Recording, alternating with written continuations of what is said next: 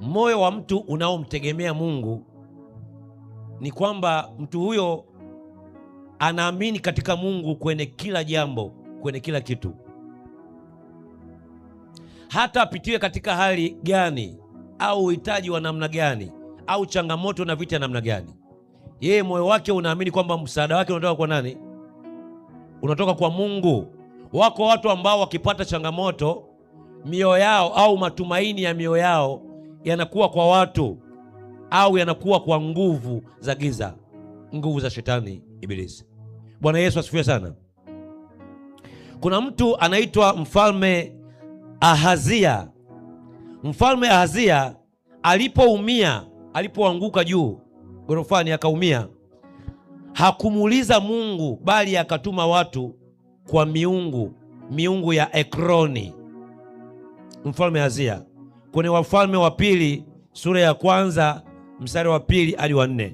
Mfalme Ahazia alipoumia, alipopata tatizo, akaumia, akaumwa, akatuma watu waende kwa waganga wa kienyeji, wakakonsulti miungu iweze kumwambia jambo lolote kwa habari ya ugonjwa wake na kwa habari ya uponyaji. Moyo wa Mfalme Ahazia ulikuwa unamtumainia nani? Miungu mingine, na sio Mungu wa Israeli na wa kweli. Katika Agano la Kale, ukisoma hapo katika Wafalme wa Pili sura ya 1 mstari wa 2 hadi wa 4, utaona Ahazia aliwatuma wajumbe kwenda kumulizia Baal-zebub. Baal-zebub ndio alikuwa ndo mungu wa Ekroni. Na Agano Jipya utaona Wayahudi wanamtuhumu Yesu Kristo alipokuwa anatoa mapepo na kuwafungua watu, wakasema unafanya hayo, unatenda hayo kupitia Beelzebul. Beelzebul ni mkuu wa mapepo au shetani Ibilisi. Kwa walifananisha yule Beelzebub wa Agano la Kale na Beelzebul huyu ambao watu hata wakati wa Yesu Kristo wachawi na waganga na walozi na washirikina walikuwa wanatumia mkuu wa mapepo kutoa mapepo wengine. Kuna mtu mmoja anaongea hapa jamani, wakamtuma Yesu Kristo, je, wewe hautoi kwa mkuu wa mapepo Beelzebul? Luka sura ya 11 mstari wa 15 anasema, lakini baadhi yao wakasema hutoa pepo kwa Beelzebul, mkuu wa pepo. Yesu Mathayo 12:25-28, Yesu akasema kwamba ufalme ukigawanyika juu ya nafsi yake hauwezi kusimama. Akaongeza, lakini ikiwa mimi natoa pepo kwa Roho wa Mungu, basi ufalme wa Mungu umekwisha kuwafikia. Alikuwa anawaambia mambo yote mnayoyaona haya ninatenda kwa uwezo wa Roho wa nani? Roho wa Mungu. Mungu anataka tunapopitia hali ya uhitaji, magonjwa, udhaifu au changamoto fulani, tumkonsulti, tumuulize Roho wa Mungu. Mungu ndio ana uwezo wa kutuponya na kuwatoa yote yaliyo yenye uharibifu.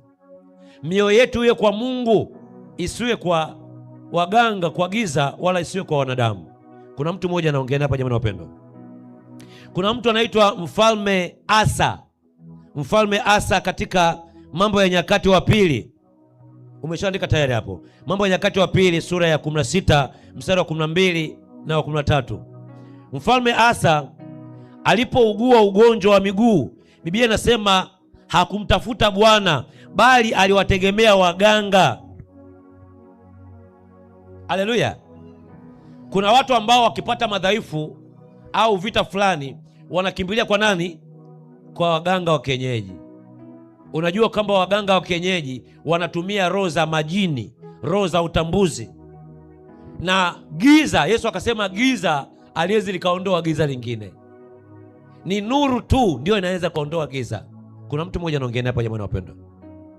Kwa hiyo shetani au mganga au roho za kichawi haziwezi zikatoa roho nyingine.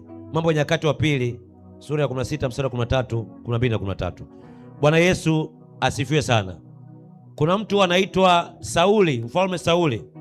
Ukisoma Samueli wa kwanza sura ya 28 mstari wa 6 na wa 7, anasema Sauli akamuuliza Bwana, alimuuliza Bwana Mungu, lakini Bwana Mungu hakumjibu. Ndipo Sauli akawaambia watumishi wake, nitafutieni wanawake wenye pepo, waganga wenye pepo la utambuzi, niende kwao niulize kwa habari yao. Kuna watu ambao wako kanisani wameokoka na wanatumiwa na Mungu vizuri tu, lakini kuna wakati majibu yao hayatokei, wanakata tamaa. Na kuna roho nyingine, nawaambia, roho ya giza au akili zao au akili za watu zinawashawishi, hebu jambo hili nenda kajaribu kwa nani? Kwa waganga wa kienyeji. Mfalme Sauli, mara baada ya sauti ya Mungu kunyamaza, mara baada ya kuona hakuna kitu kinachoendelea kwenye maisha yake, akatamani na akawatuma watumishi wake waende wakaliangalie kwa jambo kwa waganga wa kienyeji. Bwana Yesu asifiwe. Mungu anachukizwa na kutumainia waganga wa kienyeji au miungu mingine. Ukisoma Mambo ya Nyakati wa Kwanza sura ya 10 mstari wa 13 na 14, anasema basi Sauli akafa kwa sababu ya kutokuwa mwaminifu kwa Bwana, naye aliuliza ushauri kwa wenye pepo badala ya kumuuliza Bwana. Mambo ya Nyakati wa Kwanza sura ya 10 mstari wa 13 14, anasema Sauli akafa. Umauti wake ulikuwa kwa sababu aliacha kumtumainia Mungu wa Israeli wa kweli, akaitumainia miungu mingine, akawafuata waganga. Mungu anachukizwa na wale ambao watoto wake kuitumainia na kuinamia na kugeukia miungu mingine. Anachukizwa. Sauli akafa kwa sababu ya kutumainia miungu mingine. Kuna mtu mmoja anaongea hapa, jamani wapenda, nisikize vizuri. Biblia inasema kwenye Kumbukumbu la Torati 18 mstari wa 10 na 12 hadi 12, Mungu anakataza uganga, anakataza uchawi, anakataza kupiga ramli. Inashangaza leo kuna watu wako kanisani lakini bado wanafanyaje? Wanapiga ramli. Niangalizie mtaalamu. Bwana Yesu asifiwe. Je, mchumba huyu atanioa au atanioa? Piga magoti, muulize Bwana, atakwambia kwamba mchumba huyo ni wa kwako au sio wa kwako. Je, mtu huyu nifanye naye biashara, sifanye naye biashara? Na upo kanisani umeokoka, unashauriwa na marafiki zako ambao hawana hofu ya Mungu, na wewe unaenda kwa waganga wa kienyeji, kwa walozi. Mimi kama sijaokoka, nimekuwa nafanya biashara ya baa zamani, na mimi kuna rafiki yangu mmoja anaitwa Mudi akanishauri niende kwa waganga wa kienyeji kule Turiani. Kuna mganga mmoja simtaji jina, ana mwanya mkubwa, anakula ugoro fora tema mate mpaka kule. Kwa kuwa nilikuwa sina Mungu, basi na mimi nikajikuta naenda kwa sababu baa yangu akaambia, bwana Masai, utakaje baa yako haijachangamka, nenda kwa waganga wa kienyeji. Na mimi nikajikuta naenda Morogoro. Kwa hiyo naenda kwa waganga wa kienyeji mara moja kwa ajili ya biashara yangu ya baa ifanye vizuri. Sema amina. Sasa biashara ya baa usiniangalie hivyo. Isaya sura ya 8 mstari wa 19 anasema, je, watu hawapasi kumtafuta Mungu wao? Mbona wawatafuta wafu kwa ajili ya walio hai? Isaya 8:19. Hii ni kwa ajili ya Wachaga hii, na wote ambao wanawatafuta wanaenda kufanya matambiko kwa mababa zao na mabibi zao na mababu zao waliokufa. Isaya 8:19. Hatupasi kwenda kuwa consulti mababu, roho za mababu zilizokufa, tukiziambia na kuziuliza, je, babu, kule mjini mambo hayaendi, nifanye nini? Wakuu wa mila kule, wazee wa shina, watakwambia kwamba chinja mbuzi 2, kondoo 3, chinja ng'ombe, umwage damu. Mababu zako wanataka damu. Ni uongo mtupu. Wanataka kula nyama na supu na pombe. Sema amina. Bwana Yesu asifiwe. Kwa hiyo Isaya 8:19 inatuambia tusiconsult, tusiwaulize roho za wafu. Halo? Mambo ya Walawi 19 mstari 31 anasema, msiwaendee watu wenye pepo wala waganga. Mungu hataki tuwakonsult watu wenye pepo wala waganga kwa ajili ya mambo yetu.